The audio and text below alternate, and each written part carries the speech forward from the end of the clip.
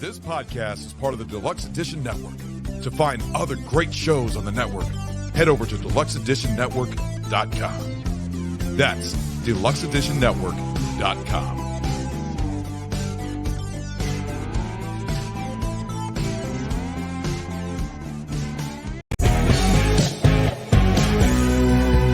Hello and welcome to another episode of Deluxe Edition. I am your host, Casey Shearer. Joining me, as always, L. Ray Sexton. What's going on, Casey? Not too much, buddy. How are you? We're having another fantastic day. Yeah, this was a real good day, man. I woke up feeling good today, and I'm going to go to bed feeling good today. This was a great interview that we just had. Yes, sir. We just had the fabulous Jake Busey on with us, who you may know from movies like Starship Troopers, Pig Killer, Scalper, something about a sailboat. What's that one called? A Boy Called Sailboat. No, we're supposed to be listing his famous movies. Oh, shit. Never mind. Nah, he was awesome. Ray and I were talking off screen. We've done 100. Well, Ray and I have done about 70. close to 100 episodes together. Really? In all of the episodes that I've done, 130 something, whatever this is one of my favorites, man. Jake was a fucking great guest. Yeah, he was so much fun and very open and honest about everything he talked about. Yeah, this was one of the most open and honest conversations that we've ever had. And so, what do you say we get into it, Ray? Let's do it. All right, let me just do this quick house cleaning and then we'll get right into it. We are a part of the Deluxe Edition Network. You can find all of the other great shows over at Deluxe Edition Network. The podcasts of the month this month are Bacon is My Podcast, I Need Some Creep, and Beard Laws. Go check them out all over at deluxeeditionnetwork.com. Great podcasts. Beard Laws, our buddy Matt Bacon is My Pod. You can find on, they were on the Deluxe Edition Network holiday extravaganza that we did. And I Need Some Creep as a horror podcast to talk about a lot of horror stuff. Go check them out. Go check Ray out over on Deluxe Edition Pod. He's taking care of all the Instagram duties. What do you do over there, Ray? Usually nothing, but I do post some memes occasionally. I also like to do birthday posts for celebrities in the hopes that they'll see it and then come on our show. And, movie releases so that the directors will see it and come on our show and talk to us about their movies. So, yeah, that's what's going on Instagram. Yeah, there's a lot of good stuff going on over there. And let's see, if you want to check out any of our previous shows, go to deluxeedition.show. You can find all of the previous shows over there. If you'd like to support the show, go to patreon.com/deluxeeditionpod. You can find the episodes immediately after they are recorded and unedited. Hear about what we talk about before and after the show. If you'd like to support the show in another way, you could go to whatamover.net and buy a t-shirt. Just scroll down to Deluxe Edition and find our t-shirts. Come check us out on Facebook, facebook.com/deluxeeditionpod. And what else, Ray? 10-cent beer night over on TeePublic's got all your favorite official bootleg merchandise for anything you can think of. You know what? You want a Rolling Stones t-shirt? I'll make you one. You want a Goonies t-shirt? I'll make you one. Just let me know what you want, and I'll get you the official bootleg version. Yeah, there's going to be some Pig Killer shirts up there real soon. Yeah. Some Jake Busey shirts coming very soon to teepublic.com. All right, go check them out. And I think that's it, Ray, right? Yep. Let's do it. All right, here is our chat with Jake Busey. Howdy. How's it going, man? Good. How are you guys? Good, man. All right. Larry, all right. Larry told me you'd be calling in from your phone. Yeah, I apologize about that. My daughter stole my power cable from the computer. So we're doing a phone thing today. I had it perfectly situated here too. Yeah.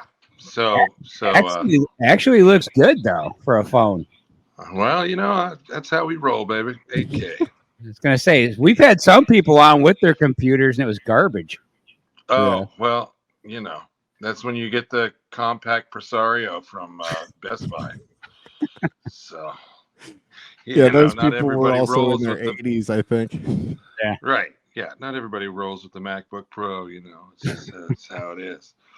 And the weird thing is because it's the phone, it's in like selfie mode. So when I look at my monitor, everything I do is in reverse. So if I try and correct in the screen, I'm going the wrong way, which is fun.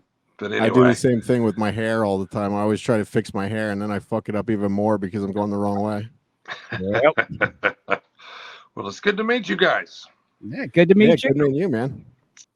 I was watching one of your earlier episodes, and you guys were trying to figure out whether or not Garth Brooks is a serial killer.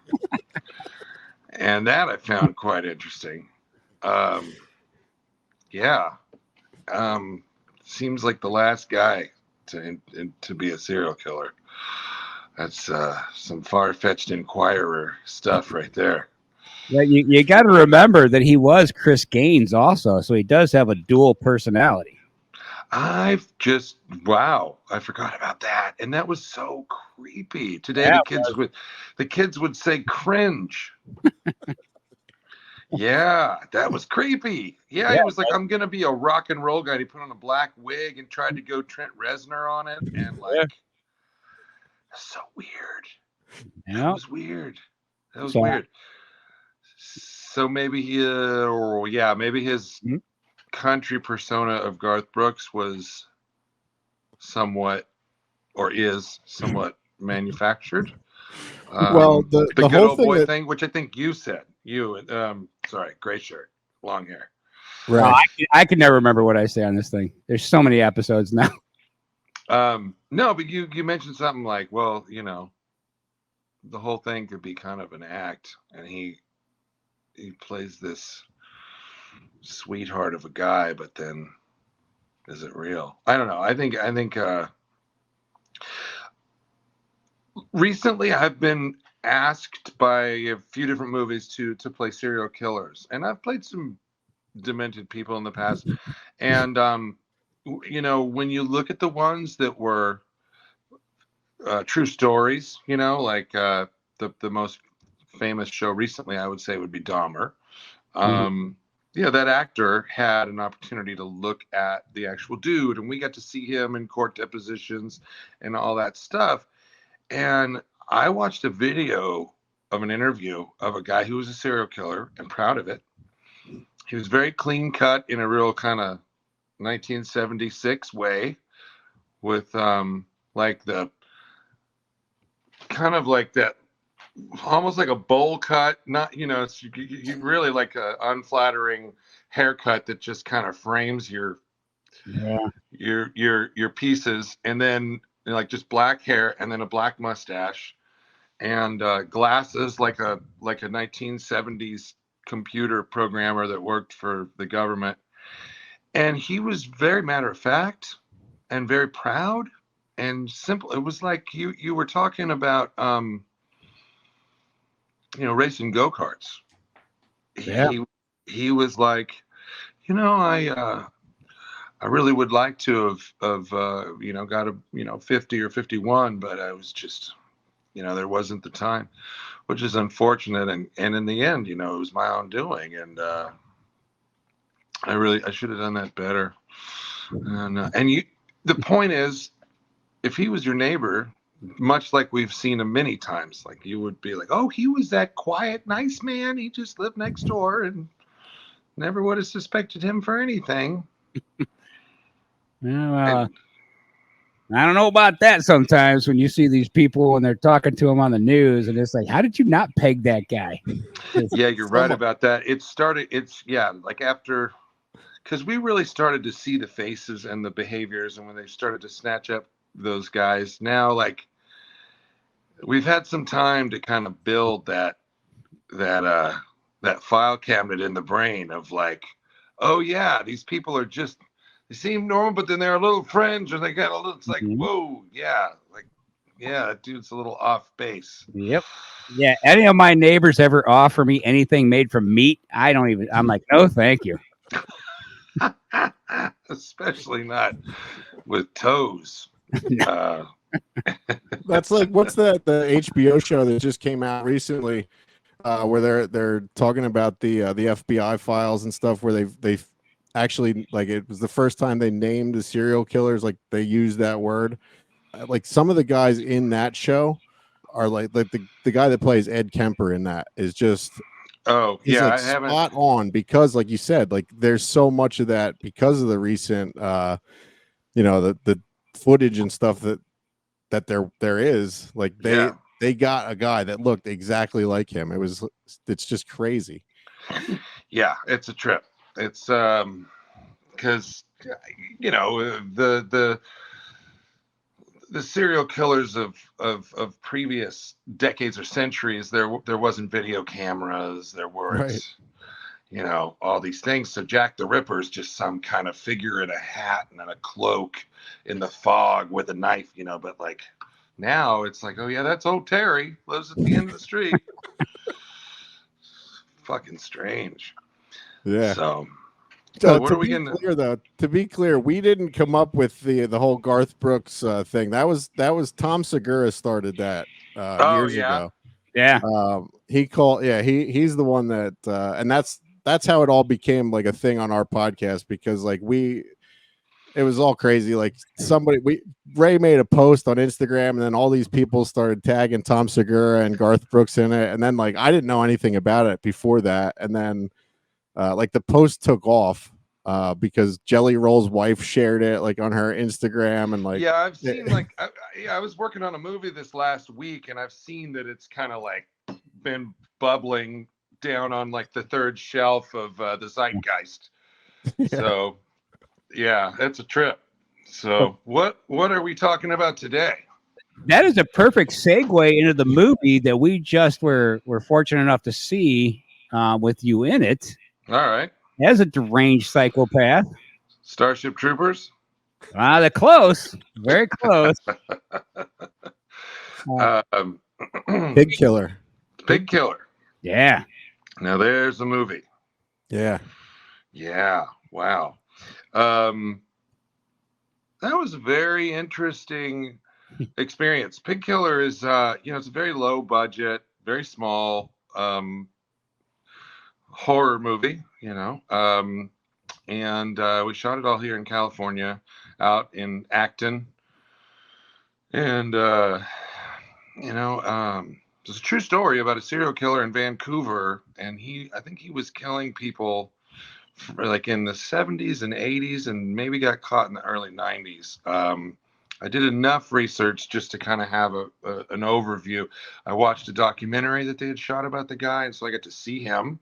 And there was an interview with him, and he's sitting in a jail cell, and he's eating off of a paper plate, and he's kind of got beans and coleslaw, and he's just kind of like stirring it around and eating, and he's telling this other prisoner his whole story, and he's confiding in him, and he's saying, these cops, they think I did this one thing, but what they don't know is I killed like 50 people, and if I just gotten one more, and he's just talking matter of fact about it. But it was, the thing about this movie, it is that urban legend that you've heard of. You hear the name Pig Killer. It's not exactly a fitting name. It's he's a pig rancher, pig farmer outside of Vancouver in British Columbia, and their family raised pigs, and he was a prostitute killer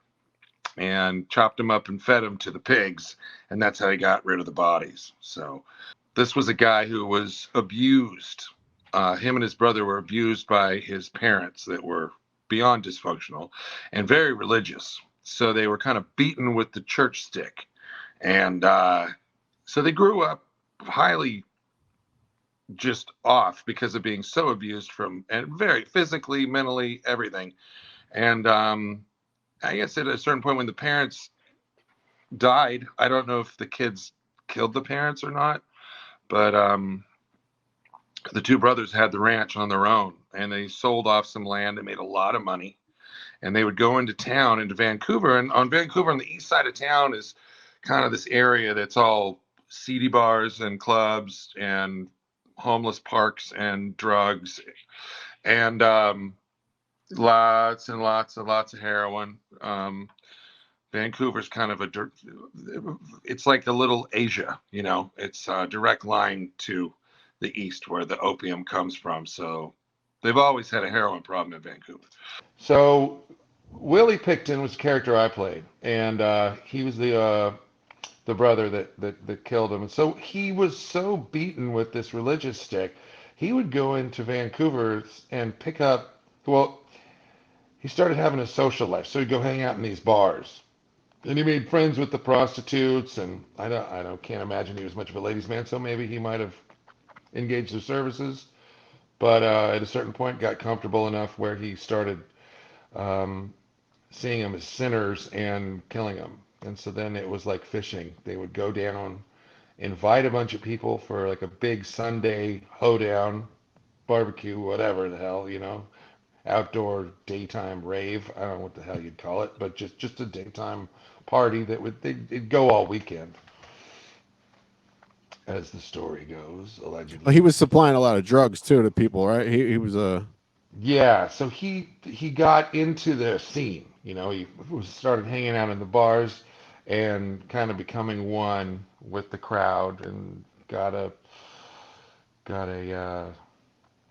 you know, a connection or whatever, so he could, you know, he'd lure people to the parties. Yeah, come on out, you know. So it was a well-known thing in the underground world that if you went out to these parties, there was drugs, it was all free, it was great, it was fun, but then, you know, not everyone came home, and I don't know that was that talked about. But anyway, so the girl who plays the lead girl in the film, her name is Kate.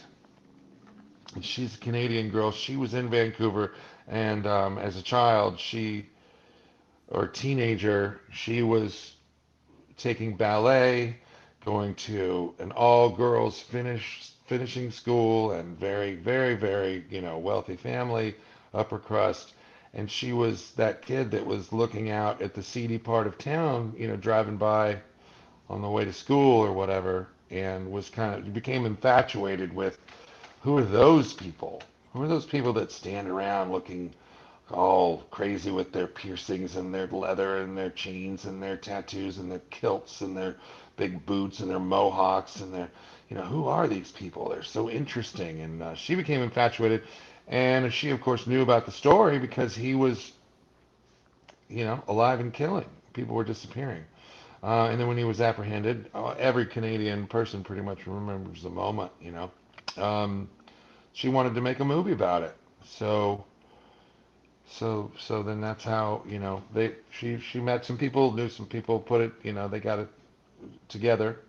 And I got a phone call, and they said, would you like to do it? And I said, you know, sure, it'd be interesting. And I really kind of felt the energy of the space I was in when we were filming it. So I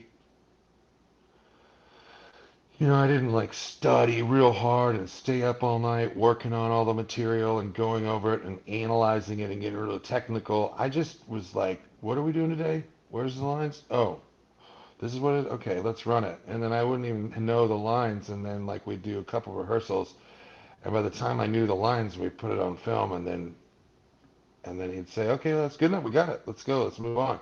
So it was really kind of just visceral and quick, the process of it for me. And a lot of people are saying, wow, that was really a great performance, that was different, it was great to see you doing that, it was something we haven't seen you do.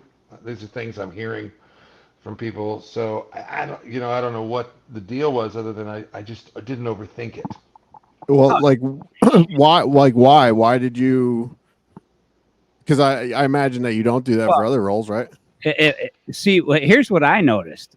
This is the most unhinged character I've ever seen you play. Like, talking to you right now, you're nothing like what appeared in that movie.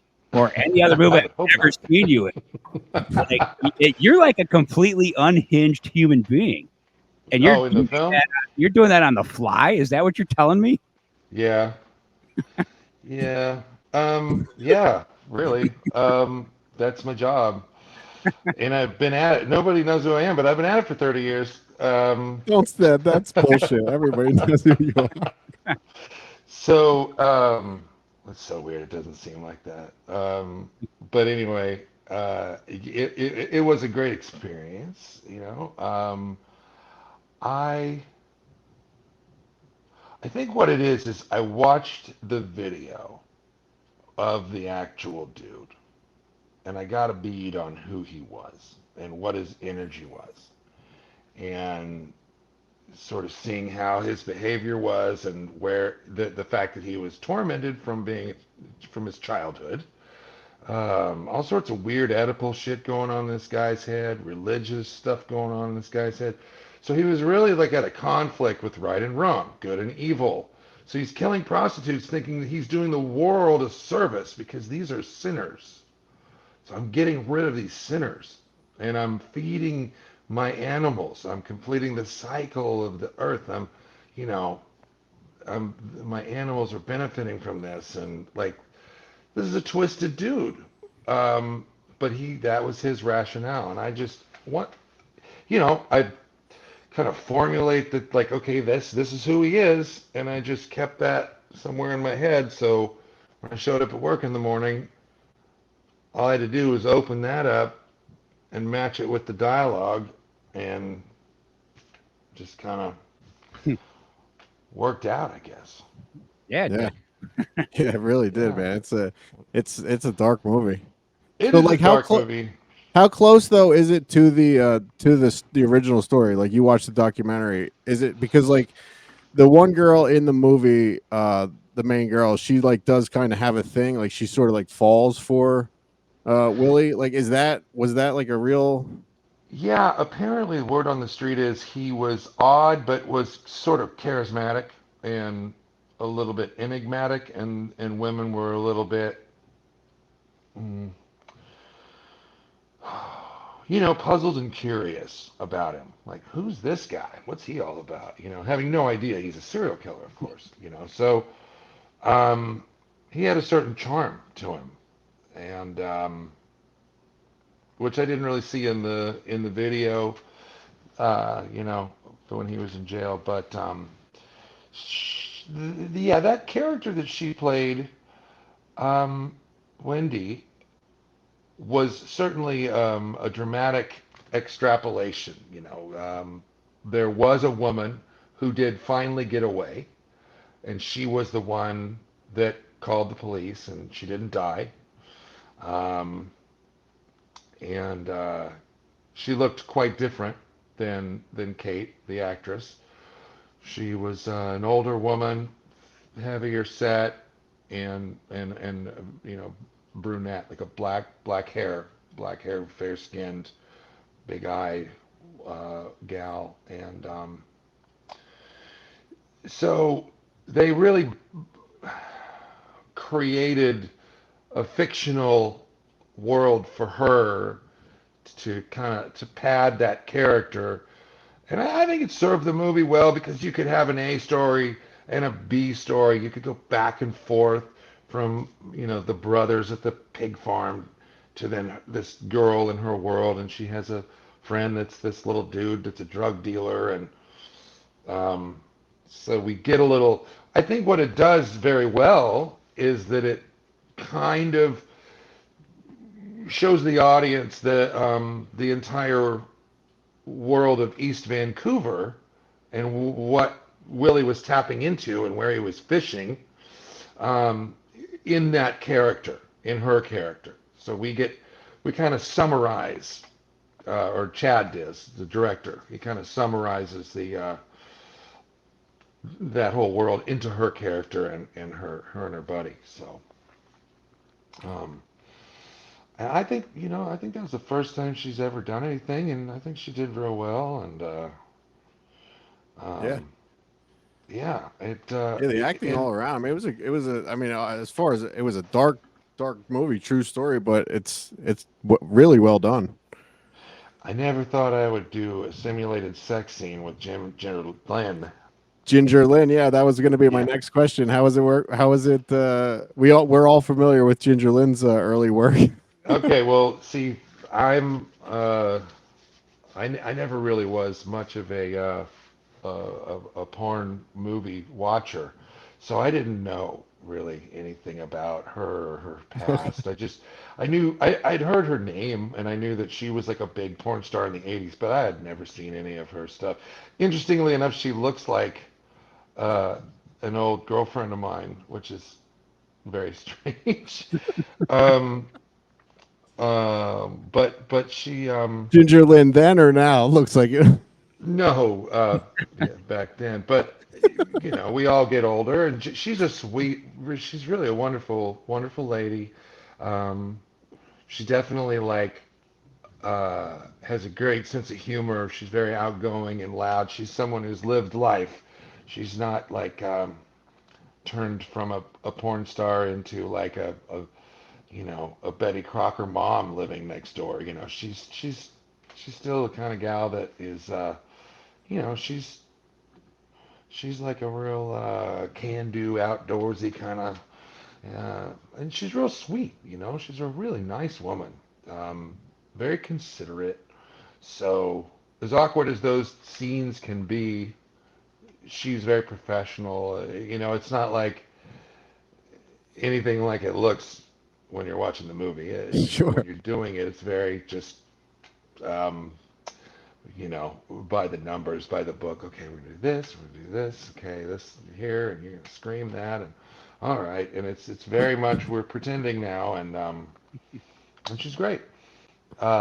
And just to be clear, to reiterate, I was wearing a prophylactic device in the shape of a human phallic organ, and I was not naked, and you did not see any of my personal body in that movie, contrary to popular belief. That is basically a strap-on situation that you saw in that movie, and just to clear the water. I don't want people thinking like, "Oh, Jake Busey's showing his Wow. crank on the freaking movie now." You got your own urban legend now. Right. That's Yeah. cool. No, that had a white elastic band. And I wore it over my shorts. So, yeah, what an interesting thing. And we shot all of those simulated sex scenes back to back to back, like same night or same 2 nights. So it was like each night it was like that girl Bai Ling, and then then it's Ginger, and then it was Kate, and then it was very. And then there's a scene where I have to put this fake pig head on, and Yeah. I'm doing the simulated rape scene with a pig head on. These are not the things that you That's think you're going to be doing when you're like in acting class and you're like, I'm going to be an actor. It's the last thing you think you're going to be doing.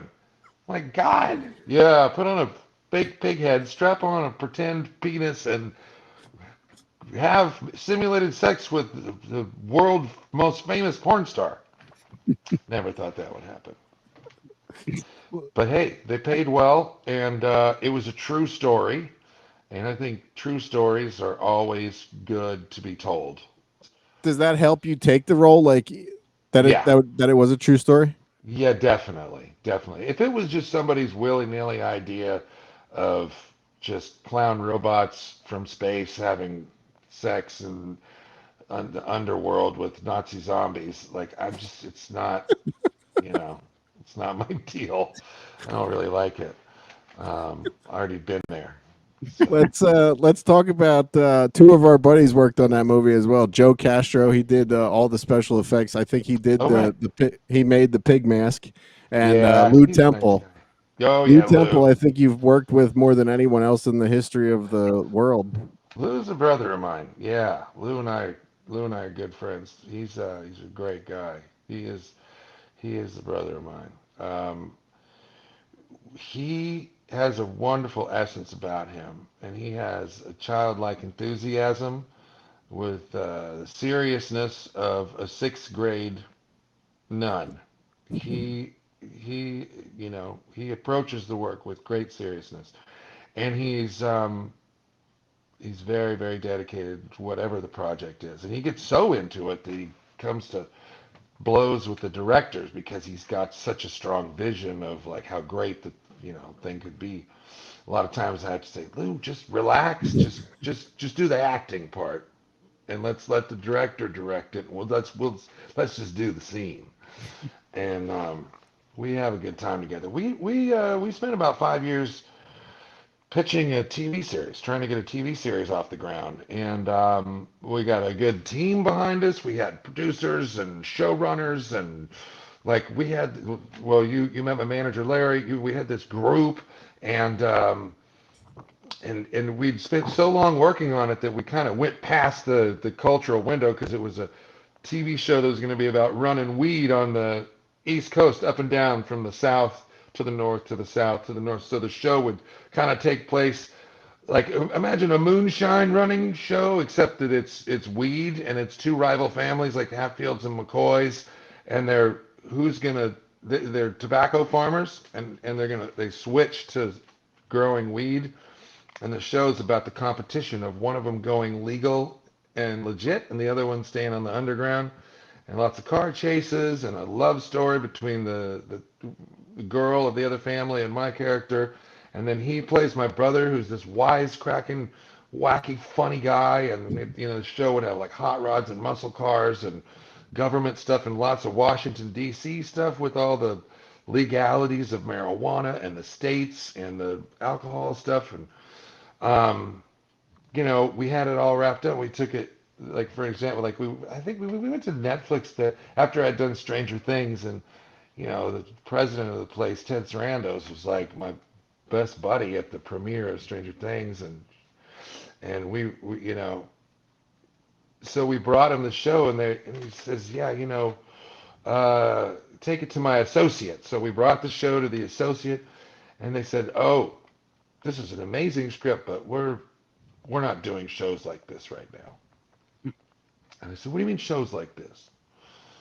And it took me a minute to figure it out. And then finally my manager looks at it, and he looks at the cast that we had, the ideal cast characters on it, and it was, the people are the wrong color. So the politics of the earth of the country got in the way. And things as crazy as like, are you kidding? You think Hollywood is going to do a series and film a TV show about people in the South? Like, you kidding? Those people are crazy, right-wing nuts. Like, we'd never do that. So it hadn't occurred to me. I was just like, I grew up watching Dukes of Hazzard, and there was 2 states that had legalized weed. It was like California and Colorado. I mean, Lew came up with the balance of the idea, and we thought it was going to be the next greatest thing since sliced cheese, but we were the wrong color in the wrong part of the country, and everybody turned us down. So we got to do Pig Killer. Yeah, well, I'd watch all 9 seasons of that show if you make it. Dude, it would be an amazing show. The pilot episode that I wrote was really fucking awesome. But anyway, so yeah, and Lew, it was great to work with him. And then and Joe, that guy works fast. He's very effective. I was surprised. He was just always busy, and he made some scary, gory things. The only thing that I had issue with that he did, I thought he was fantastic. Everything he did was great, but I just couldn't come around with the mangled penis that Kurt Bonzel has. I mean, could you imagine? I'm just thinking about someone watching this podcast that hasn't seen Pig Killer. Like, I've already talked about 2 different guys, knobs, myself included, Ginger Lynn, like all the people getting killed. Yeah, it's a crazy movie. It's good, though. It's a good movie. The music is something else. The music really just Dude, throws you.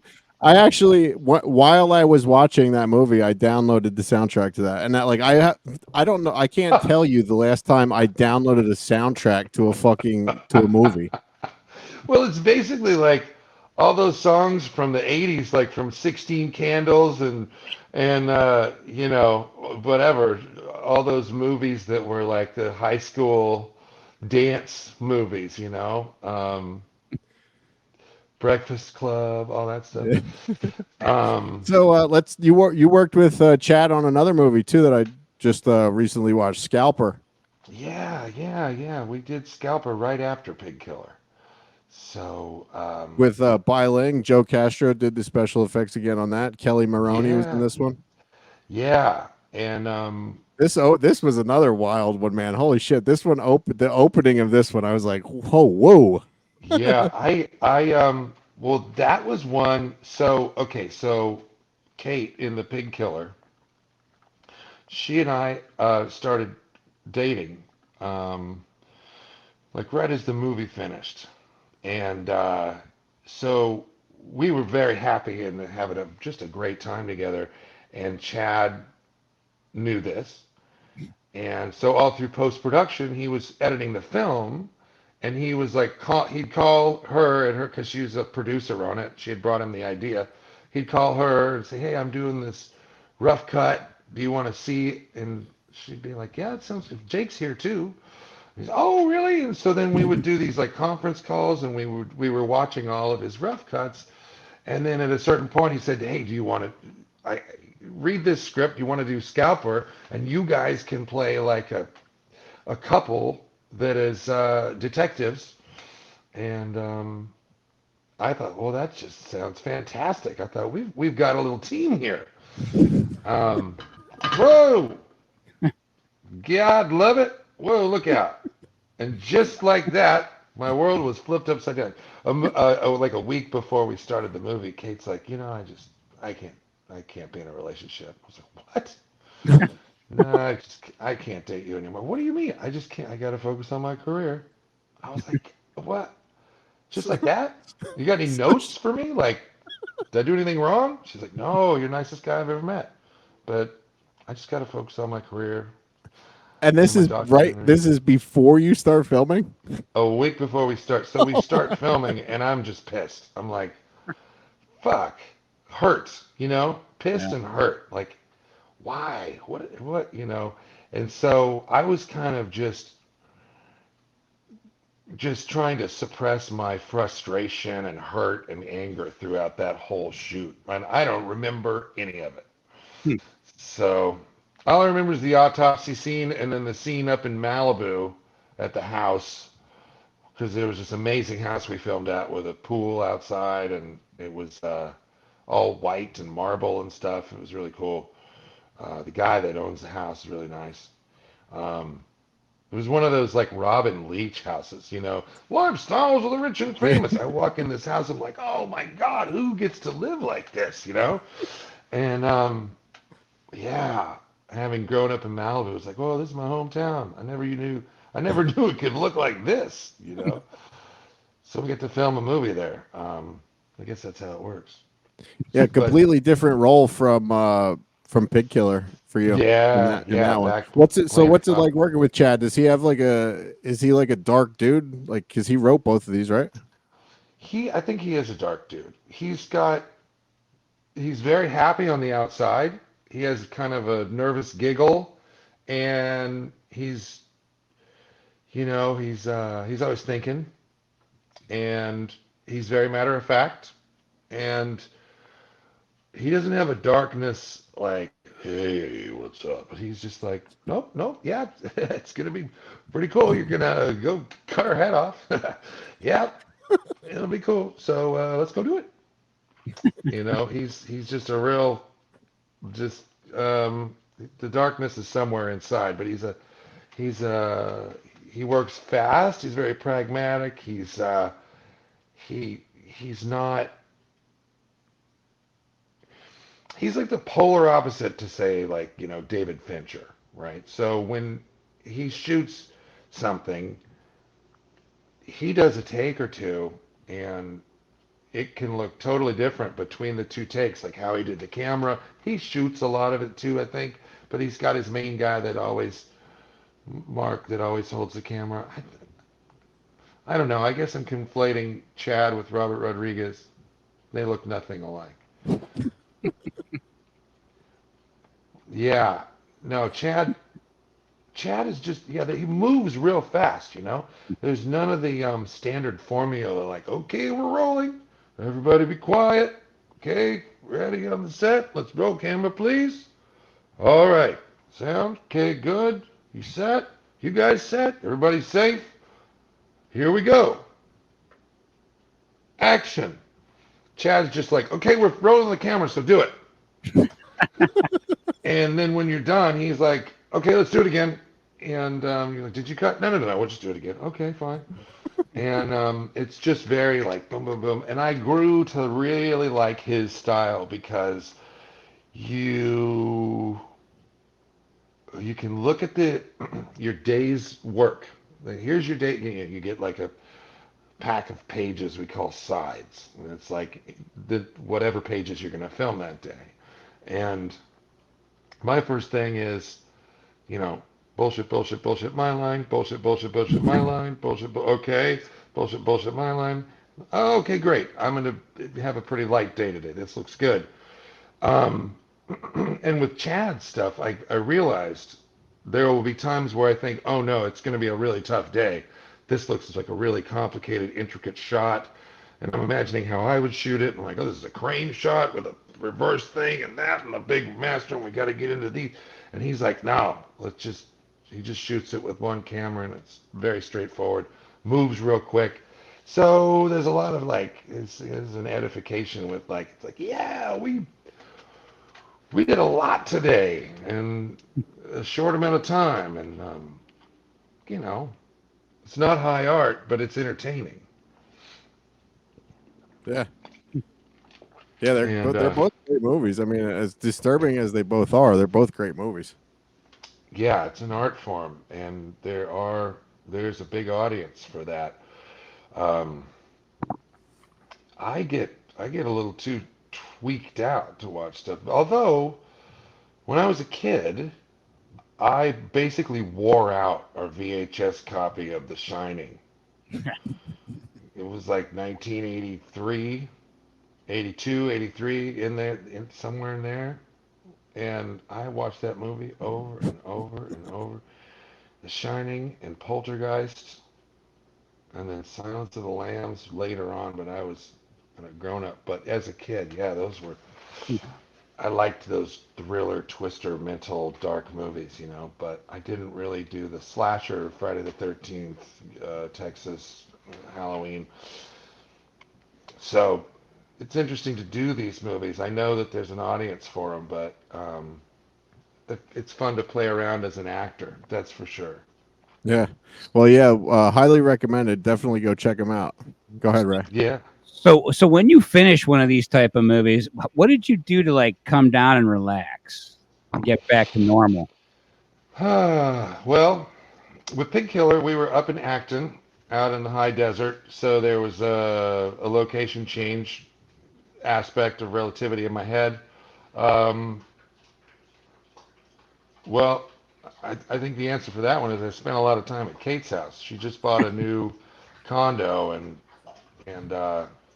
we spent a lot of time there after the movie and came down from the film and had a lot of great fun, lots of dinners and hiking in the hills and yeah, just that excitement of being in a new relationship, and which I hadn't felt in 15 years. So it was quite amazing. It was a real happy, elated time to come off of that really dark film and then be so ecstatically happy. So it was a bit of a roller coaster that year. That's crazy. So, yeah. Well, let's. You still have a little bit of time? Sure. Yeah. Well, because I have a bunch of stuff here. We jump all over the place. Let's talk about a feel good movie, A Boy Called Sailboat. Oh yes. This was such Boy a Called great movie, man. You're only in it for 5 minutes, maybe, but what a fucking great movie. J.K. Rowling's Lew Temple again, Noel. I don't know how to say his last name. Ju- he just goes by Noel G. okay, Yeah, he's yeah, in a lot of stuff. He's like the Vato gangster from East LA. He yeah. plays those characters very well. So I actually recommended him for the role to the director because I had known him for a long time. He's a great guy. He's a good friend. So um, yeah, it was neat to meet J.K. Simmons, and Did I there's say another one. J.K. Rowling's? I have that written You down wrong. did. Sorry. But that would have been funny though, to have the writer from Harry Potter in an independent film about a That's kid what in New Mexico that's what playing happens with ukulele. fucking spell check. Damn it. Yeah. So, A Boy Called Sailboat is a really interesting movie. It's about a young Mexican boy in New Mexico in the desert, a very impoverished town, and he's a quiet kid that doesn't talk, and he finds a ukulele in a trash pile, and he starts to play it, and when he plays it, it's like an angelic tune that like it cuts through to people's inner soul is kind of the message of the movie. So people hear it, and their innermost true self is revealed or begins to be revealed. So that's why when my character is this guy who's kind of like an out of shape gym instructor who thinks he's real funny, and he's got this curly wig, and when he hears the ukulele, he gets to his true self. He ditches the wig, so he's just a bald guy, and he shows up dressed like an old hippie instead of a gym teacher, and that was the purpose of my character. And everyone else had served different purposes and had different reasons. That film was produced by a friend of mine. Um, well, there's a group of guys that are friends that have made different movies and help each other out with different things. And so it was my friend Anjul Nigam, who we were in the first 20 million is always the hardest back in 2002. It was a 20th Century Fox comedy about Silicon Valley, the dot-com explosion. The movie went nowhere. Nobody saw it. They released it for a weekend and pulled it. But Angela and I became friends. Now he's a producer. So it was because of him. He made a couple phone calls to the Australian cats. One of the producers is a guy named Richie who has property in Montana. And Angel brought me and we shot the movie Rust, the Western, up in Montana this last May. We finished it with the second, reboot, Sure. in May up there. So, yeah, that movie was kind of the beginning of a great relationship with a group of different people that make these independent films, um, and The Boy Called Sailboat led to me being in the most recent one I've done with those guys, which is Rust. Yeah, we What's got it called? another one we're gonna do later in the year. What's the new one called? Oh, there's another movie that we're gonna do later this year. We're gonna start shooting it, so it's too early to talk about, but Okay. really cool script. Yeah, I mean, I'm looking forward to that already, even without knowing anything about it, because I really like this movie, A Boy Called Sailboat. It was really good. It's like it's a young kid coming of age. It's kind of an ethereal thing. It's kind of got notes of, I guess, I don't know I mean, the director's a Australian guy. I don't know if you'd say like religious tones to it, but it has a spiritual element, and it's kind of slow and quiet, and it's one of those offbeat indies. You know what I mean? Yeah.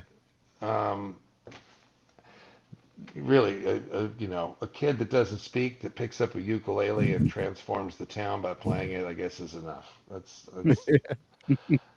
uh, that describes it. Yeah, yeah, that's all you need. That's all you need to say. I highly recommend it. It's a great movie. Here's another one I want to talk about. Bluegrass Spirits. Just watched this the other day. Ah, Bluegrass Spirits. There's a movie that could have won some freaking awards. Man, great script and first time director. He wrote it and directed it. We shot it down in Lexington, Kentucky. Great people, great places. Really cute little script. You know, it's about a guy who's an alcoholic who is a whiskey distiller, like a mom and pop whiskey distiller. So him and his sister, and it's her recipe to make the whiskey. So before the movie starts, she passes away. So he's a lonely, sad drunk. Every night he opens up his bottle of whiskey, pours a little in a glass, he sniffs it, doesn't drink it, puts it back. So we realize he's sober now, and it's the last whiskey of the great whiskey that he made with his sister. And we see there's elements, again, of like a spiritual nature where her ghost is like in the bottle kind of thing. And there's a real fun, wisecracking gal who runs the tour guides through the whiskey distillery. And, you know, it's like Napa Valley with the wine and the wine tasting rooms. They have that same thing down there, the Bourbon Trail in the South. So you go to these little distilleries and you taste the bourbon and you sit around the room and you watch how they make it and they talk all about it as if it's some high spiritual art. I guess it is. Spirits. So that movie could have been fantastic, but the director didn't know that he needed to allocate enough money to shoot close-ups. So the poor guy, and then didn't put a score in. So there was no close-ups to really show you what the people are thinking. Like everything's like back like this. Sure. And so you don't really get a feel. It's a real deeply emotional, it's one of those movies that like every scene should be shot like this because it's really just deep human issues talking with, you know, man and woman, man and friend, friend and woman, like all these, like, how do we get through life? How do we deal with alcoholism? How do we deal with the loss of family? How do we deal with, I'm a bourbon distiller, but I can't drink because it's just destroyed me, and now I'm back on my feet, and then fall off the wagon again, and then having friends trying to help, and then some fun times in the movie with some people, you know, that come into the place and are having some fun partying and stuff. So we were doing these really heavy, great written, really good scenes. And he's shooting them like this. You have no idea how I'm feeling because I'm so far away from the camera. And that frustrated me. And then I watched the movie and I was like, no, there's no score to tell you how the emotion is going with the scene. So it's just like, what is going on here? And then finally, the last scene of the movie, he shot a close-up. And I saw myself, and I came to tears, and I was dealing with my sister's ghost and all this stuff. And finally, I was like, "Oh, yes, I was working. Yes, I was delivering a performance in this movie. God damn it!" But you don't see it. So that was one of those where I asked him 100 times while we were there, like, we gonna finish this with close-ups? He said, no, I don't have enough money. We don't have enough time. We got to just move on. Next thing. I'm like, but it's important. So I don't know. That's my point of view. Let me know what you think down in the comments, and I'll get back with you. So I mean, I liked it. I mean, but yeah, now that you say, I mean, I'm not an actor or filmmaker or anything like that, but I guess now that you say it, I mean, I enjoyed the movie. I thought it was a great movie. That's good. The dialogue was great, and it's kind of hits home with you a little bit. Like you're recently sober, right? Yeah, I've had my ups and downs with it, but my life had come to a complete disastrous train wreck in 2010, 2011. I finally quit drinking in May of 2011, and it was necessary, and it turned everything around. I wound up getting back together with my girlfriend that we had spent the entire 90s with, and we had our daughter. We played house in a couple houses, and we're engaged and basically married. She called me her husband. And that lasted about 10 years. And about a year before Painkiller, I think the pandemic was we came to a realization that it would be healthier for our daughter if we were to co-parent and raise our daughter together, but not in the same house. So so yeah, so it's a new horizon at this point. But all throughout the pandemic, we were living up at our house that we'd been at for a decade up there in Topanga Canyon. Nice big house, but we were always this close from being able to afford to buy it. We just couldn't get it together. And she came down with breast cancer, and she had to have a double mastectomy, and so we started the pandemic with her at UCLA, and she was scheduled for her surgery, and when she came out of surgery, it was a Thursday, I think, and her friend, her best buddy forever, happens to know a guy who's like an uncle to me, a guy named Cheech Marin, Cheech and Chong, and her friend, she tells me, she goes, she's in the hospital, she's had her surgery, and we're talking, she says, hey, my buddy called me, and she said she talked to Cheech, and the word on the street is they are going to shut down Los Angeles on Monday. So that might be a thing. I was like, really? She said, yeah, they're talking about like a quarantine thing for like maybe a couple weeks. And so she spent she spent her week of recovery in the hospital the first week of the pandemic. So it was very strange. It was like this dystopian apocalyptic world where there's no cars in the streets, nobody in the hospital, nobody on any of the floors, all the lights are turned off. And I'm like walking through the hospital trying to get to her room and find her and bring her flowers and stuff. And like, it's all dark and she's the only one in the hospital. And man, it was so weird. And now we found out Fauci was lying about the whole damn thing. 6 feet was arbitrary and we didn't really know. And lockdowns didn't really work. So we just, whatever. So it's a bit of a pisser. But here in California, I don't know where you guys are. There's people still walking around wearing masks. They're called crazy people. I watched them. The woman. I went to the pharmacy today, get my blood pressure medication, and there's this woman. She kind of stepped in front of me as I was walking by. I was like, one of those moments where you're like, oh, sorry, and she had to grab something off the shelf. Grabbed herself like 2 6-packs of masks. What is going on here? The week after Fauci says, well, as it turns out, we really didn't. Masks don't do anything. What the fuck? Holy shit, man. Up until October, I traveled the country for work. I got laid off in October, but I traveled. Well, I was off for 8 weeks during that whole thing. But after we started traveling again, like I was in the airports, 4:00 in the morning by myself, no one around. And I remember specifically this one guy, he came up to me, like got within like a foot of me and was screaming at me for not wearing a mask. And I was like, dude, like until fucking 2 minutes ago, there was no one else around me. You know what I mean? Just fucking move along. Yeah, it's a trip. It's a trip. Well, what's really weird is, and I think this is from growing up. Okay, I found out that kids that grow up in a abusive, dysfunctional household become very aware. Dr. Drew said this to Dave Rubin the other night, I think.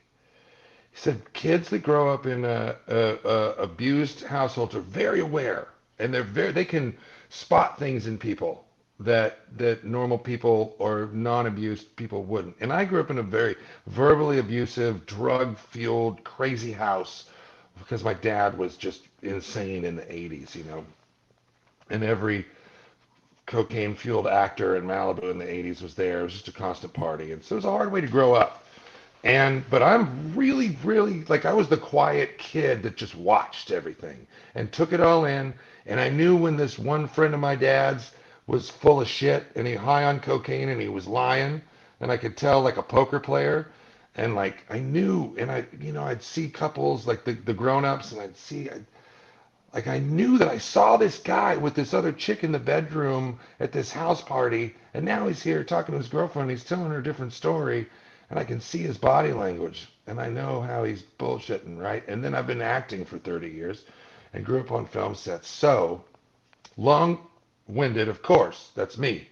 But I can read shit. So when all that stuff went down, bro, I don't know about you, traveling in the airports and the guy with the mask too close to, like, from the very beginning, I was like, nah, something's rotten in Denmark. This isn't right. This is what they're saying, and what I've always heard from my OCD mother about germs, viruses, and bacteria. Like, none of this is jiving. Like, Yep.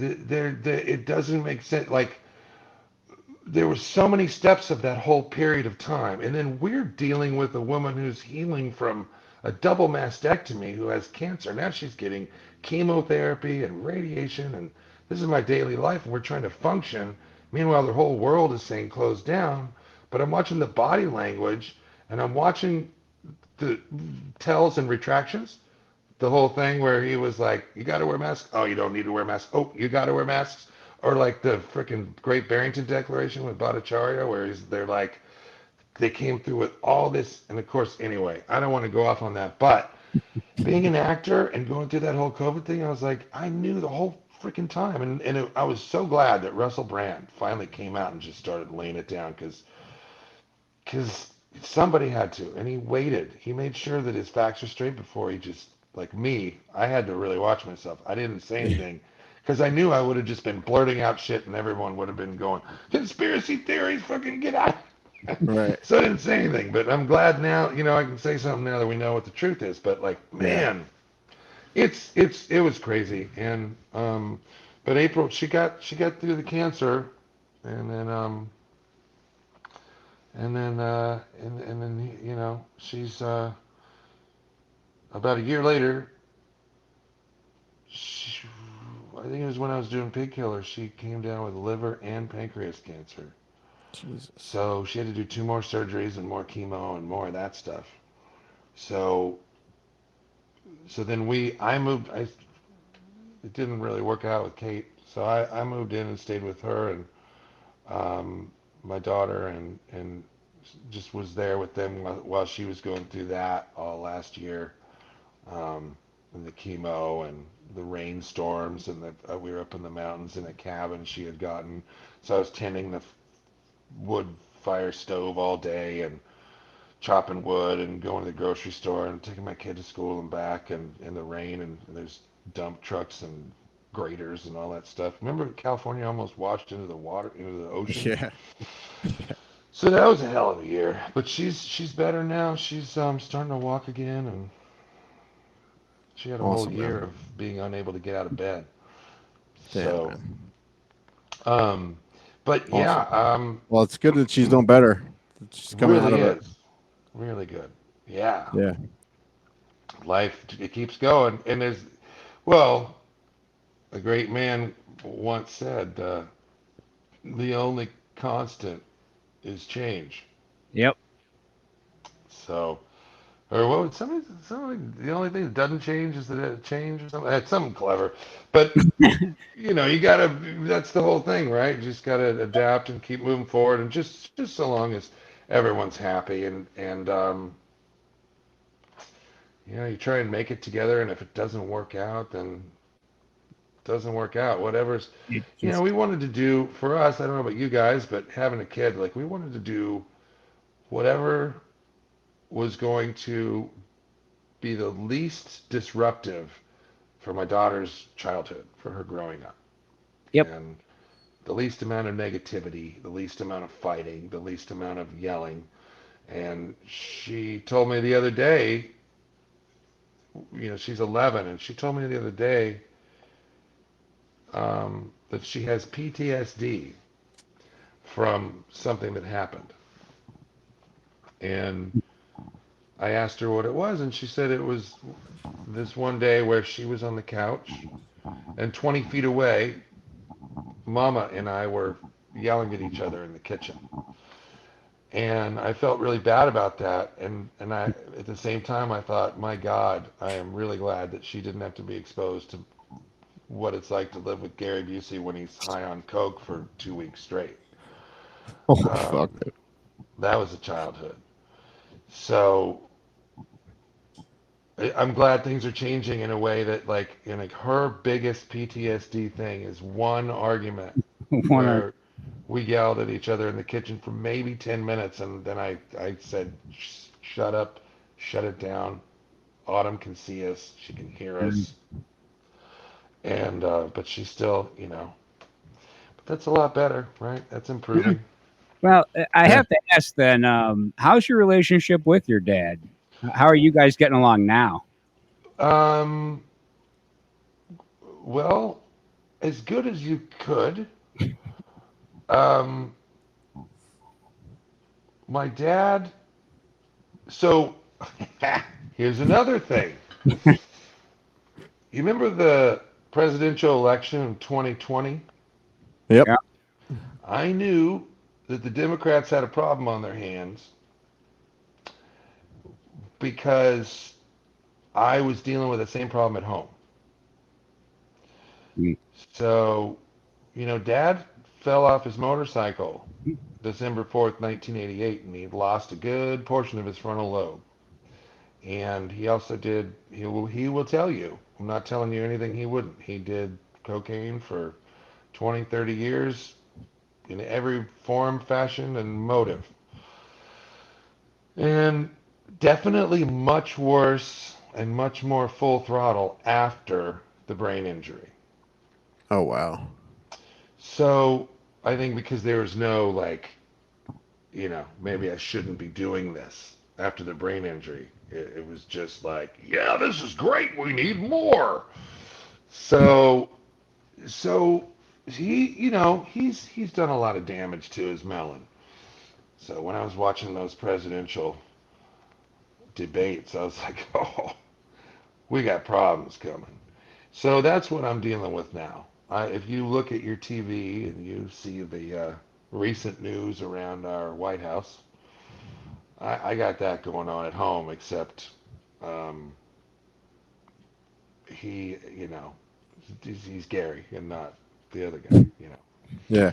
Well, it's unfortunate for the president because at this point it's elder abuse. Like why are they letting him get out there like that? Oh, it's been elder abuse since 2020. No, putting him up for running was this is what I'm saying. Like, I saw back then, like, he was gone. He was gone. Right. And if you look at the tapes, and a lot of podcasts now are running the tapes, like, here's 2020, here's 2020. Wow, he was much better in 2020.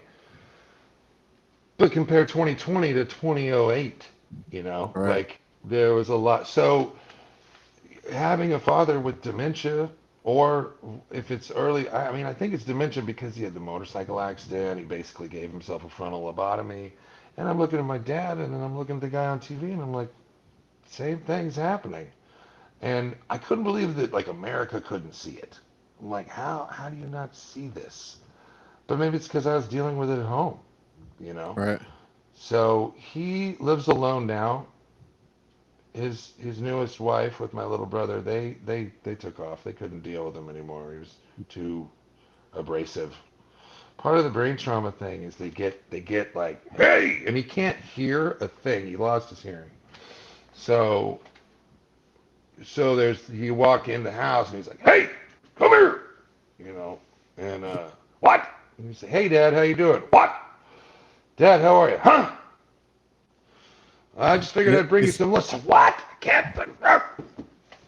Come here. I'm watching the TV. Dr. Phil's on. Okay. All right. Is So he one of it's, those guys too that he thinks he can hear and won't get a hearing aid? Yes, but then he finally got a hearing aid, but then he doesn't wear them, or they fall out, and he doesn't know, and then, like, he recently got some new ones, so he's been wearing them, and, like, he can actually kind of hear you a little bit. But like, we were working on a movie last week, and I'm in the truck, and I was driving to the set, and he called, so I took the phone call, and he needed me to call a taxi for him because he can't drive anymore, and he wanted to get from his house down to the middle of the Malibu to go to the cigar lounge. And that's what his deal is. He goes and hangs out with the guys at the cigar lounge and smokes cigars, and then he goes home. That's his day. So it took me 40 minutes of driving to convey the phone number to him. And he can't use the phone to text. It's not going to happen. He can't figure anything out. Like there's no technological wherewithal at all. He's 79. So the producer of the film was with me. He was riding shotgun as we were driving. And when I hung up the phone, he said, "Oh my God, is that the way it is all the time?" I said, "Yeah, that's the way it is now. It's just, time keeps going by. Yeah. Things get I hate slower." to I hate to when we have someone on who has a famous father, I hate to turn it over to that, but since we're talking about it, this fascinated me when I was doing my research for you. We talked. Do you know who Larry Hankin is? No.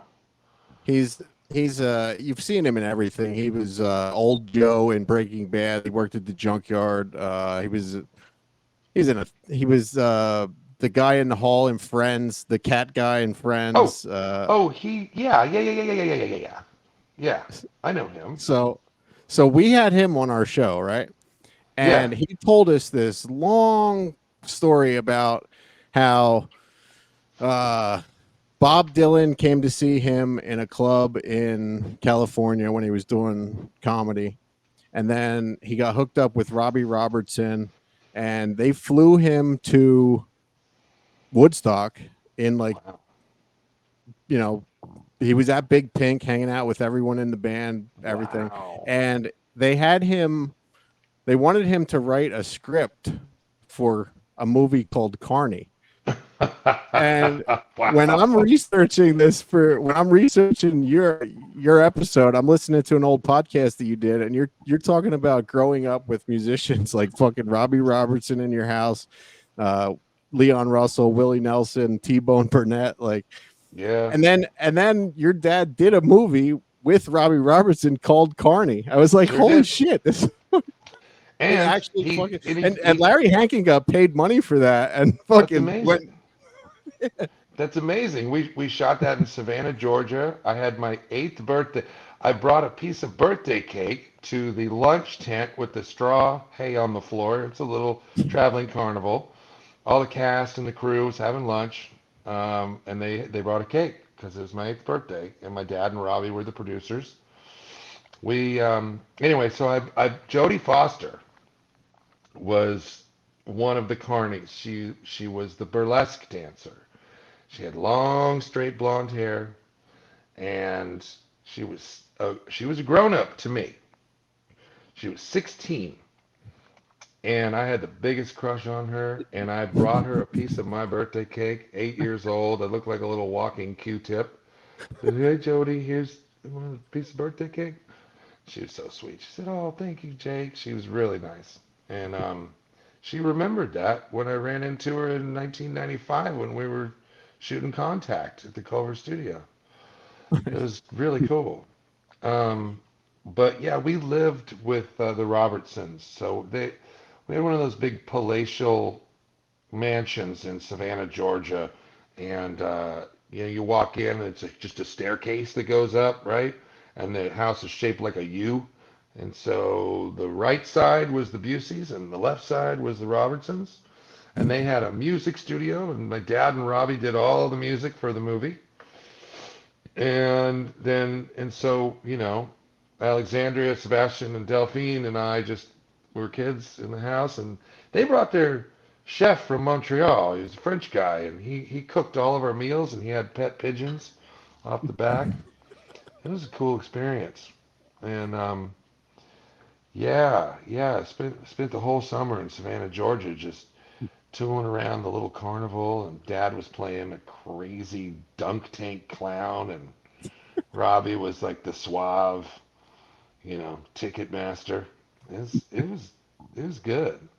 It was good. Yeah, I I started watching it today. Actually, I didn't get to finish it yet, but Dark. I found it.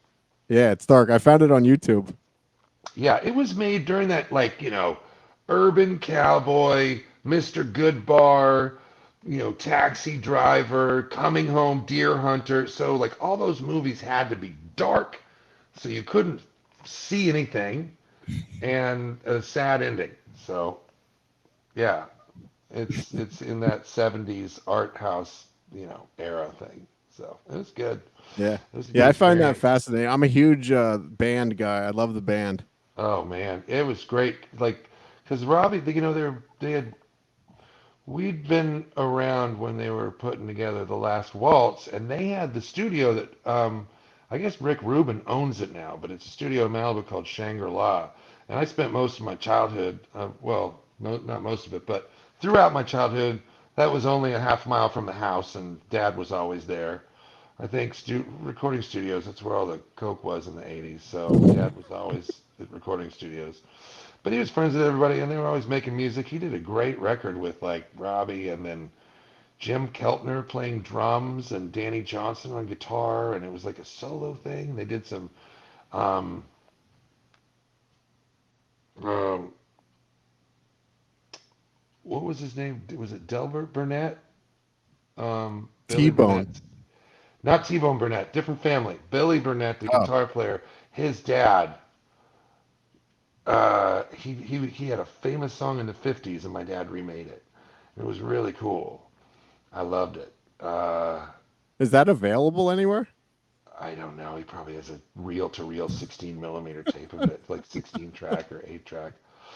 Um, he did some really cool stuff, and but then there was lots of just tapes that he was recording of himself playing acoustic guitar, just high as a kite, just day after day, never coming out of his studio at the house. But a lot of, made for a lot of interesting. I remember one night David Sanborn came over to the house with Nolte, and they they dragged me out of bed at 4 in the morning so I'd come play drums. I was like 11, so I was playing drums, and these guys, they were out partying, and they needed a drummer because they wanted to come home and play some music. Were you a drummer? Yeah, I still am them. Yeah, Okay. yeah. So, So like did that then turn you off of drugs then or did yeah, I've never ever tried cocaine, uh, any of the hallucinogens, nothing. I mean, I smoked some weed when I was a teenager. Actually, so a friend of mine, his father is a dude who was a talent manager for comedians. He had Bobcat Goldthwait, the Unknown Comic, a bunch of these guys, and he was this dude, and he was laid back, and he had a big long beard, man, and he wore a robe around the house. He had oriental rugs on the floor, and he lived in a place that was an old barn. And he had a big screen TV, lots of porn on it that I didn't really watch, um, once or twice. And so he always had a lot of weed. And he was quite the dude. And he lived right down the street from Jeff Bridges. And when that movie came out, I was like, oh, that's interesting. That's an interesting coincidence. Because they were all friends back then, small town. But my friend, yeah, we'd smoke weed every now and then. And his dad was like, he caught us once. He's like, hey, you kids are going to be smoking weed, man. You got to do it when I'm here at the house with you, huh? Oh, by the way, the canister over there is hash, and that's a little smoother if you want that.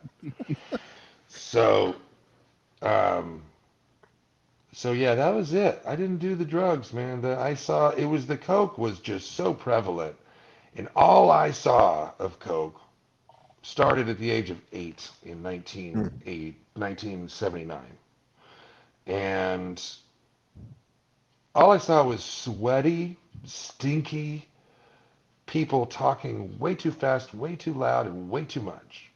And it was gross. And then they got mean. And then they got dark. And then their eyes turned black. And so I never wanted to try it. And I remember being in junior high and hearing whispers. Some kid had some and another kid, and then they were all excited. And I'm like, you fucking idiots. You have no idea what you're messing with. But yeah, you know what? Funny enough, talking about families and parents and how we grow up and reactions and all that. What happened to me was my dad would temper his drug use with vodka or champagne. There was a champagne called Pouilly Fussé in the 80s, which was like the equivalent of, say, Cristal today. And vodka was new, you know, Cold War. We hadn't really had much import from Russia. So there was like one vodka, Stolichnia. And so he would have that. So I wound up being so repulsed by all that that I wound up like being that guy that watches football and drinks a bunch of light beer. And that was my downfall. Was like, well, it's not Coke, it's not hard alcohol, it's just I'm just drinking beer like everybody that goes to football games or the racetrack or wherever. I'm just drinking light beer, but that will get away from you if you've got the alcoholic gene. So it did, and it was a distraction. It took me away from my career, and that's a bummer. But that's over. I'm focused on the career now. I got 3 movies lined up to shoot, and I'm ready for more. And Rust is coming out hopefully in the fall because it's going to go to Cannes, and hopefully get distribution there. So Awesome, man. Yeah, it's things have everything that I've seen it that you've been in lately has been fantastic, man. Let's Rust isn't in my notes at all. I forgot that you were. Is it so? Did they completely reshoot everything for that, no, or how are they doing that? there was some that they kept, and then there was I think 2 scenes that I had to redo um, that were they had shot one half of it, so they were going to keep the one half say pointed east, and then they needed to now reshoot the side pointed west with different actors because there were some Hmm, actors that didn't want to come back. They were like, "Fuck this, I'm out of here." sure. So they were pretty big name actors. But they and so that was weird. They were trying to direct me in a fashion as to like so I could reproduce what they had shot before with the blocking and the timing of walking to the gun cabinet and grabbing the gun and shutting it and spinning around and then giving one of the guns to the marshal and then leaving and I wasn't getting it from the direction. And they said, okay, okay, you know what? Here, watch this. And they showed me the iPad of the other guys doing it. And I was like, oh, that's what you want me to do. Okay. And we got it in one take. And I wasn't insulted by that, kind of like a line reading for blocking. I didn't really care. I got the job done. But it was really sad that everything that happened around Rust was very sad. It's a shame that it happened. But you know, if there is anything positive to be taken from it, it's that the woman who took over and finished the movie was one of her good dear friends and knew her style and knew her thing and did the best she could to honor her vision and what she was going for with the movie. So that was cool. There was kind of a somber vibe on that film because everyone just had this kind of reverence of respect and acknowledgement of her passing, and we were finishing the movie so that her last work would be finished and able to be seen for her family. And then they've signed over the film to the widower, so he's now the main executive producer. So all of if that movie makes any money at all, every penny goes to the family. So Nice. so still didn't bring her back, but it's I think they did the right thing with that, and I think it's going to be a Sure. good movie. Yeah, And had always wondered what they were going to do with that. yeah, I felt it was interesting. I felt honored to be a part of finishing something that you know to be working on a project in order to complete it in Helena's honor. You know what I mean? Like for her dignity as a person on the earth and for her family, and so that there was one last thing that so her last thing could be revered and appreciated. And I hadn't met her. I didn't know her. I wasn't around, for the first part. So, Sure. but it's going to be a great movie. It is going to be a great movie. So, Yeah, it's I good to think it's that's good to good. hear that it will be coming out eventually. Yeah. We don't want to take too much more of your time. We have 4 fan questions here yet. Kyle Patton says, "Put your hand on the wall." But no, seriously, ask him if having a father that played in so many iconic movies or roles made it easier or more difficult to be accepted in Hollywood. Well, Kyle, that is a really good question. Both, actually. Bill Maher said something real catty on his show a month ago about Nepo babies and those dastardly Nepo babies. I remember meeting Bill Maher when I was a kid, and then he was in DC Cab with my dad, and then I did Politically Incorrect a couple times, and we never had a beef, but he certainly had a beef with Nepo babies. And I got to say, every profession that we have, people run a grocery store, and the kids grow up and they run the store and take it over. You got the local town shoemaker, and he has a kid. The kid grows up, he's a shoemaker. Family business. And so America was founded on family business, but somehow the entertainment industry, people get weird about it. Nobody gets weird about it when it's like, Kiefer Sutherland or Charlie Sheen or Bridget Fonda or anything, but like somehow I'm like 8 to 10 years younger than that generation, and I don't know, somehow I can't go anywhere without anyone asking about my dad. And I don't think they suffered that. It to answer the question directly, having the name definitely surprised most of the casting directors in LA because they thought Gary Busey has a kid, because he really we didn't go out on the town with him. We traveled to all of his movie locations, and that was a wonderful way to grow up. It's like a military brat.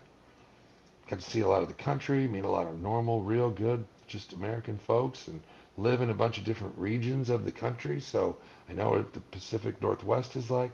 I know what the East is like. I know the Northeast, New England, the South, Central, everything. Like Hawaii. And that was great. So we didn't go on the scene in LA where the paparazzi was and stuff, and it really wasn't a thing back then. So people were like, Gary Busey's got a kid?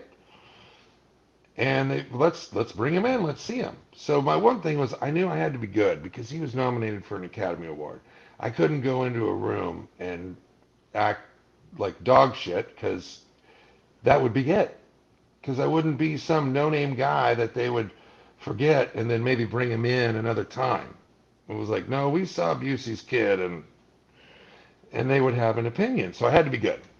So I spent 3 years in classes, studying, film school, acting classes, making sure that I knew my shit before I went into the rooms. And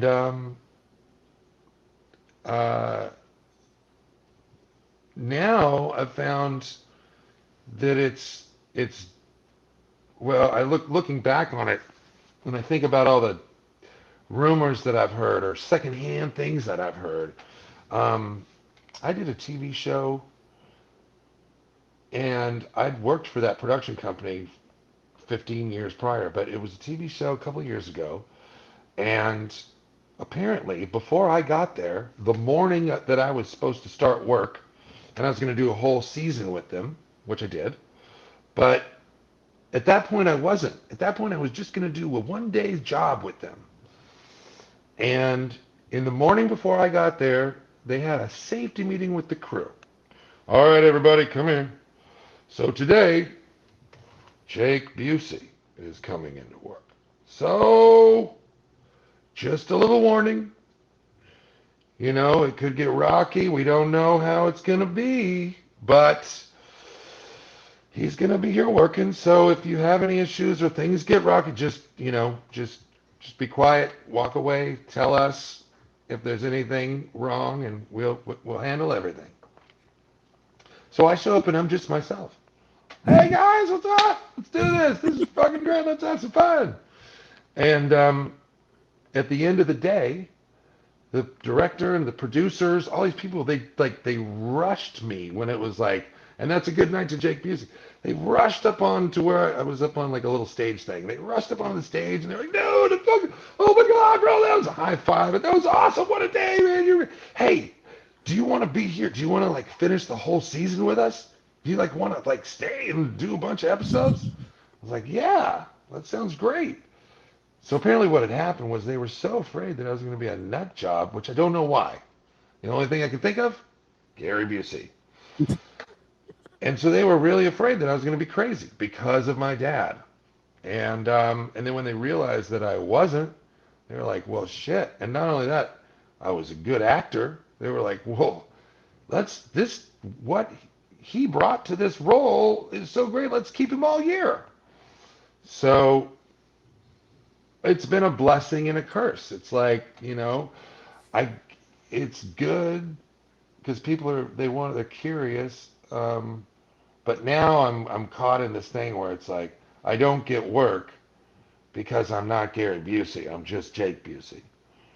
Or I don't get work because I'm not Gary Busey. I'm Jake Busey. It's like, it's a weird,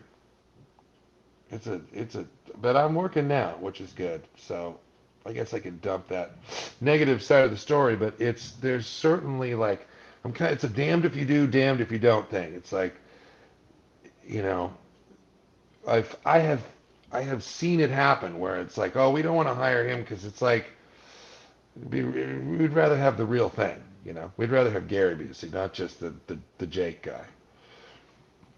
But then the other way is like, oh no, don't hire him because he might be just like Gary Busey. So we don't want that. We don't want Gary Busey here. So I'm getting hit on both sides of like great reasons not to hire me based on my dad. Yet I'm nothing like him as a person. I mean, we got our similarities, but he's his own dude. That's for sure. I mean, you can't take the looks away, you guys. Yeah, but this is true, and I've seen pictures of him online, and I've thought, oh, where was I there? Oh, that's not me. But I know, I was just talking with a guy on the film set the day before yesterday, and he was telling a story, and the crux of the story was that he looked so much like his dad. And it had nothing to do with me. He wasn't telling the story because of me looking like my dad. He was just telling the story. And the punchline was that he looked so much like his dad. And I said, people say that about me too. And then he was like, oh yeah, that's right. Yeah, it's just genetics. Yeah, everybody kind of looks like their parents. So, Yeah. But it's just that my dad's a wacky famous guy. So, what are you All gonna right. Well, unfortunately, there's two other fan questions that have to deal with your dad. Here's one that doesn't.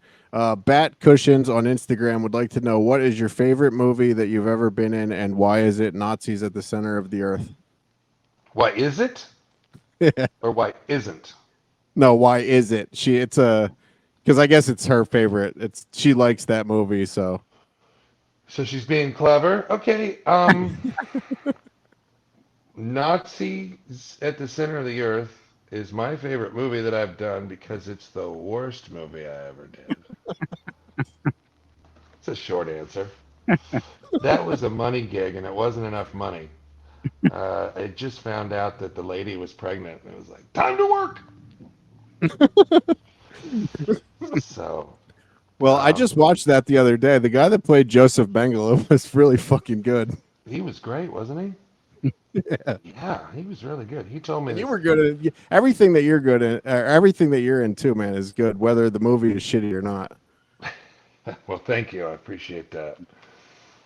It's not a bad reputation to have, I suppose. Yeah, we've had quite a few actors on like that. You got to work, right? Yeah. They can't all be coming home. Not every one of them is the Green Mile. Right. All right, two last questions here. Tony from the Great Girth podcast asked Jake if he would ever play his father in a future biopic if it ever happens. My gut instinct is to say no, but I'm not sure. You know, things may change when he's gone. My feelings may change. I don't know. That's a deep one. All right, and one last one. Tim Josma, what is the best piece of acting advice that you ever received from your father? Well, he's not much of an advice giver. It's all about him with him. But he did once say, hit your mark, find your light, and say your line. So that's a good old actor joke. Hit your mark, find your light, say your lines. Yeah. Ray, do you have anything else for Jake? No, other than I enjoy your movies a lot. I think you're a great actor. I don't care what these other idiots in Hollywood say about you. They're wrong. You're a great actor. Well, thank you. And that's all I really have to say. I appreciate that. This was a pleasure. I had a great time You guys are talking to you. great. Yeah, Yeah, man, this was you guys fun, are man. awesome. Thanks for having me on. Yeah, you're welcome back anytime, man. And please plug away where people can find you and all that good stuff. Whoa, it's the Instagram is at thejakebusey.com, and Twitter used to be at thejakebusey, but I didn't pay the $9 to Elon, and now I can't figure out how to do it. So my Twitter account is kind of not. I have a really Jake Busey. I've been posting some joke anti like I you know, you can't tell if a tweet is sarcastic. So I've been posting all these sarcastic tweets, and nobody's gonna know like what my stance is on stuff. But anyway, I got to get that figured out. But it's at the Jake Busey is my social stuff. A lot of the people that we've talked to on this podcast that have become friends of ours, they're afraid to talk about some of the stuff that you talked about tonight with the political stuff because of they're afraid of the backlash that they will get in Hollywood. So it's good to see that you're not afraid to talk about that stuff. I'm not afraid because I know what the truth is now, and I'm not going to play those silly games. And if you're an actor and you can't see through the charade, I find that really twisted. And there's, you know, I was never like, you hear these stories about like, what was it, the actor talking about drinking the golden juice, or like there's all these Hollywood folklore things about the underbelly of like I never saw any of that aside from like my dad and his buddies like partying. I never saw any of the strange twisted things that seem to be going around the internet these days, or like sexual abuse, or like quid pro quo sex favors, or weird Illuminati shit. I mean, that's all. You know, none of that stuff exists. You know, that's all just a bunch of hooey as far as I'm concerned. But the truth is the truth, and I'm kind of kicked out of Hollywood a long time ago, so I don't care. I do independent films now. I would love to do the big stuff with all the lefty crazies, but they, you know, they don't want me. That's clear. Yeah, So, we have. I was just texting with him the other day. I won't say his name, but he's legitimately afraid to speak his mind because like he works in big movies and big TV shows, like so he won't say anything about it. oh, And he's like, when I talk to him, he's like, man, he's like, I love talking to you because I can finally vent. Yeah, I was that way, but now I realize that like, you know, I for the last 4 years I've like been like delicately preserving my A-list career, trying not to like say anything that'll have any backlash. And then I realized I was like, I'm homeless. I don't have an A-list career. I can speak the truth and feel so much better in my soul and like Just be honest. Just me. That's the way I've always been. I'm just me, and that's what you see is what you get. So, whatever. Everyone's entitled to their own jam, right? Yeah. Well, that So- but unfortunately, with today's society, you're not allowed to have your own jam anymore. Oh God. Well, I guess that's why I'm an outsider. You and me both, brother. Thank Yeah, you so baby. much, man. We really appreciate you taking the time out of your day to do this. Well, thank you. I loved your non-standard questions. It was very nice. It was a good departure from the norm. Yeah, we tried to. I'm sure you've been asked every Starship Trooper question that you could ever be asked. So we Yeah, try to stay Starship away from that Troopers. stuff on this show. So I appreciate that. It was a great show. You guys are awesome. Thank you. thank you, man. Thank All you. right, we'll talk to you again. Yes, All sir. right, sounds good. All right, adios. Have a nice night. Okay, you too.